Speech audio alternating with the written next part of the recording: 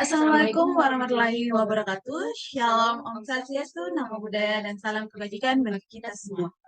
Nah, pada video kali ini kami akan membahas mengenai tugas manajemen keuangan yang diampun oleh Prof. Dr. Haji Dedi Takdir S. dan Dr. Sujono SEMSI. Belum itu, perkenalkan kami dari kelompok 14. Saya Anissa Zulkaida dengan NIM B1 B1211008. Saya Linsian Ananta dengan NIM B1B1211039. Jurusan Manajemen Fakultas Ekonomi dan Bisnis Universitas Haluoleo. Nah, kita akan membahas mengenai analisis psikologi kelasan pada Kabupaten Buton Selatan, Provinsi Sulawesi Tenggara. Nah, pertama-tama teman saya akan menjelaskan apa itu analisis psikologi kelasan. Kepada teman saya persilahkan. Baik, terima kasih atas kesempatan yang telah diberikan kepada saya. Langsung saja, bahwasannya analisis psikologi kelasan merupakan teknik pengelompokan suatu sektor dengan melihat pertumbuhan dan kontribusi sektor, terutama terhadap total PDRB suatu daerah. Nah, dengan menggunakan analisis psikologi Klassen, suatu sektor dapat dikelompokkan ke dalam 4 kategori, yang dimana yang pertama itu sektor unggulan atau prima, yang kedua sektor potensial, yang ketiga sektor berkembang, dan yang terakhir sektor keterbelakangan. Dilanjutkan oleh teman saya.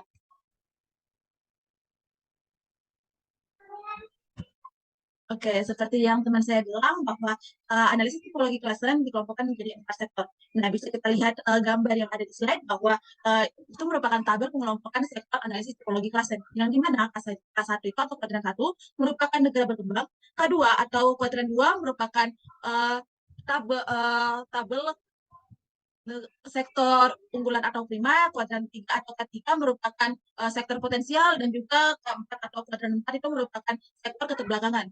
Yang dimana K1 itu jika rata-rata pertumbuhan daerah yang diteliti lebih kecil daripada rata-rata pertumbuhan provinsi acuan, dan juga S1-nya atau distribusi atau kontribusi daerah yang diteliti itu lebih besar daripada distribusi provinsinya. Nah, jika sektor unggulan atau K2-nya itu jika pertumbuhan daerah yang diteliti lebih besar daripada provinsi acuan, dan juga sektor kontribusi sektoral daerah yang diteliti itu lebih besar daripada distribusi atau kontribusi provinsi. Nah, juga pada sektor potensial atau ketiganya, jika GI atau rata-rata pertumbuhan daerah yang diteliti lebih besar daripada pertumbuhan provinsi acuannya, dan juga kontribusi daerah yang diteliti lebih kecil dari distribusi provinsi. Nah, sedangkan sektor keterbelakangan atau sektor relatif tertinggal, jika rata-rata pertumbuhan dan juga rata-rata kontribusi daerah yang diteliti ya sama-sama kecil daripada pertumbuhan atau kontribusi dari rata-rata provinsinya. Seperti yang dibilang bahwa kita akan membahas soal analisis psikologi kelasan di Kabupaten Buton Selatan sebagai daerah yang diteliti, dan juga Provinsi Sulawesi Tenggara sebagai provinsi acuannya. Yang dimana di sini bisa kita lihat data dari produk domestik regional bruto Sulawesi Tenggara atas dasar harga yang berlaku menurut lapangan usaha dari 2018 sampai 2022 yang mana menggunakan juta rupiah. Nah, bisa dilihat pada di slide. Di sini kami menggunakan lapangan usaha yang terdiri dari pertanian, kehutanan, dan perikanan. Yang kedua, pertambangan dan penggalian. Yang ketiga, industri pengolahan. Yang keempat, pengadaan listrik dan gas. Yang kelima, pengadaan air, pengolahan sampah, limbah, dan daur ulang. Yang selanjutnya, konstruksi. Yang selanjutnya, perdagangan besar dan eceran, reparasi mobil dan sepeda motor. Selanjutnya, transportasi dan perdagangan. Selanjutnya, penyediaan akomodasi dan makan minum.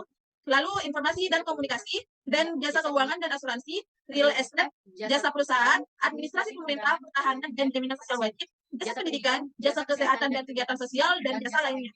Lanjut ke data produk domestik regional bruto Buton Selatan atas dasar harga berlaku menurut lapangan usaha 2018 sampai 2022. Nah, seperti data PDRB Sulawesi Tenggara, kita mengambil lapangan usaha dengan data yang sama. Kita lanjut ke pembahasan rata-rata pertumbuhan dan juga rata-rata distribusi PDRB Sulawesi Tenggara atas dasar harga berlaku menurut lapangan usaha. Nah, di sini kita lihat bahwa total rata-rata pertumbuhan dari PDRB Sulawesi Tenggara itu sebesar 4.596,43, dan sedangkan rata-rata distribusinya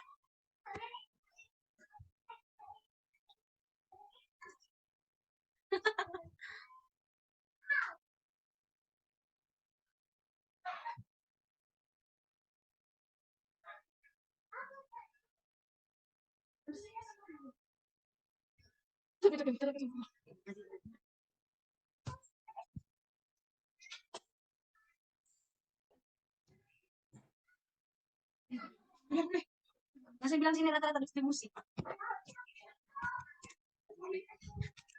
jangan bilang deh. Lanjut ke rata-rata pertumbuhan dan rata-rata distribusi produk domestik regional Sulawesi Tenggara atas dasar harga berlaku menurut lapangan usaha 2018 sampai 2022. Nah, seperti yang dilihat bahwa total rata-rata pertumbuhannya yaitu 4.596,43. Nah, di mana rata-rata distribusinya itu total PDRB-nya 100%.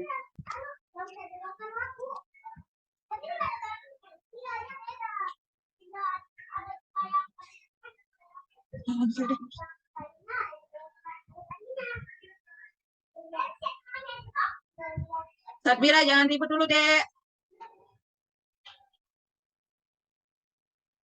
Lanjut ke Sabira, jangan ribut dulu, Dek.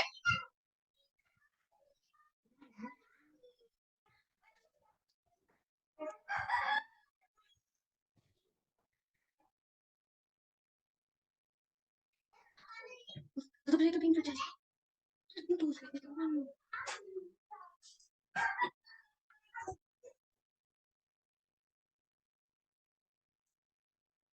Lanjut ke rata-rata pertumbuhan dan rata-rata distribusi produk domestik regional Buton Selatan atas dasar harga berlaku menurut lapangan usaha 2018 sampai dengan 2022. Nah, seperti yang kita lihat bahwa rata-rata pertumbuhannya totalnya 3,29. Nah, yang dimana rata-rata distribusinya itu sama dengan 100%. Nah, selanjutnya bisa dilihat bahwa di sini kita sudah menganalisis untuk sektornya, yang dimana kami dapatkan bahwa dari rata-rata pertumbuhan Provinsi Sulawesi Tenggara, rata-rata distribusi Sulawesi Tenggara, dan rata-rata pertumbuhan Buton Selatan, dan rata-rata pertumbuhan distribusi Buton Selatan. Bisa kita lihat bahwa rata-rata pertumbuhan dari Buton Selatan yang kita gunakan sebagai daerah acuan dan juga rata-rata pertumbuhan Sulawesi Tenggara yang kita gunakan sebagai provinsi acuan. Pada bagian A-nya atau bagian pertanian, kehutanan, dan perikanannya, rata-rata pertumbuhan dari Buton Selatan lebih kecil daripada rata-rata pertumbuhan Sulawesi Tenggara, dan juga distribusinya lebih besar daripada rata-rata distribusi Sulawesi Tenggara, yang dimana artinya dia masuk ke kuadran 1 atau kuadran berkembang. Yang kedua, pertambangan dan penggalian, itu rata-rata pertumbuhannya 0,00, bisa dibilang lebih kecil daripada rata-rata pertumbuhan Provinsi Sulawesi Tenggara, dan distribusinya lebih kecil daripada lebih besar daripada rata-rata provinsi acuan. Lalu yang ketiga, industri pengolahan, rata-rata pertumbuhan distribusinya lebih kecil daripada rata-rata pertumbuhan provinsi. Nah, sedangkan rata-rata distribusinya itu lebih kecil daripada rata-rata distribusi provinsinya, sehingga dia masuk ke negara potensial atau kuadran 3. Nah, selanjutnya yang keempat, pengadaan listrik dan gas. Nah, bisa dilihat bahwa rata-rata pertumbuhannya lebih kecil daripada rata-rata provinsi acuannya, sedangkan distribusinya juga lebih kecil daripada rata-rata distribusi provinsi acuan, sehingga dia juga masuk ke kuadran ketiga atau kuadran potensial.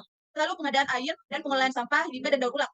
Dia lebih kecil rata-rata pertumbuhannya daripada rata-rata pertumbuhan Provinsi Sulawesi Tenggara, tapi rata-rata distribusinya lebih besar daripada rata-rata distribusi Sulawesi Tenggara, sehingga dia masuk ke kuadran 1 atau sektor berkembang.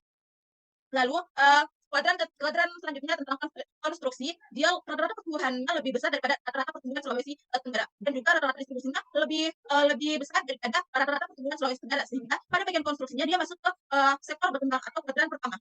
Nah, selanjutnya perdagangan besar dan eceran, reparasi mobil, dan sepeda motor. Pada rata-rata pertumbuhannya dia lebih kecil dari rata-rata pertumbuhannya dan rata-rata distribusinya lebih kecil daripada rata-rata dan distribusi provinsi acuan, sehingga dia masuk ke kuadran ketiga atau kuadran potensial. Lalu pada transportasi dan pergudangan, dia sama dengan seperti perdagangan besar dan eceran, bahwa rata-rata pertumbuhan dan rata-rata distribusinya itu lebih kecil daripada rata-rata pertumbuhan dan rata-rata distribusi dari provinsi acuannya, sehingga dia masuk ke bagian kuadran ketiga atau kuadran keempat. Lanjut ke bagian penyediaan akomodasi dan minum, sama masuk ke kuadran ketiga. Lalu informasi dan komunikasi juga sama. Jasa keuangan dan asuransi, real estate, jasa perusahaan, masuk ke kuadran ketiga. Lalu pada administrasi pemerintahan dan pertahanan dan jaminan sosial dan jasa pendidikan itu masuk ke kuadran pertama, karena rata-rata pertumbuhan daerah yang diteliti atau rata-rata pertumbuhan Buton Selatan lebih kecil daripada rata-rata pertumbuhan Sulawesi Tenggara, dan juga rata-rata distribusi dan Buton Selatan lebih besar daripada rata-rata distribusi provinsi Sulawesi Tenggara. Dan yang paling terakhir jasa lainnya, di mana itu rata-rata pertumbuhan Kabupaten Buton Selatan lebih kecil daripada rata-rata pertumbuhan Provinsi Sulawesi Selatan. Nah, yang dimana distribusinya itu rata-rata distribusinya itu lebih kecil daripada rata-rata distribusi Provinsi Sulawesi Tenggara.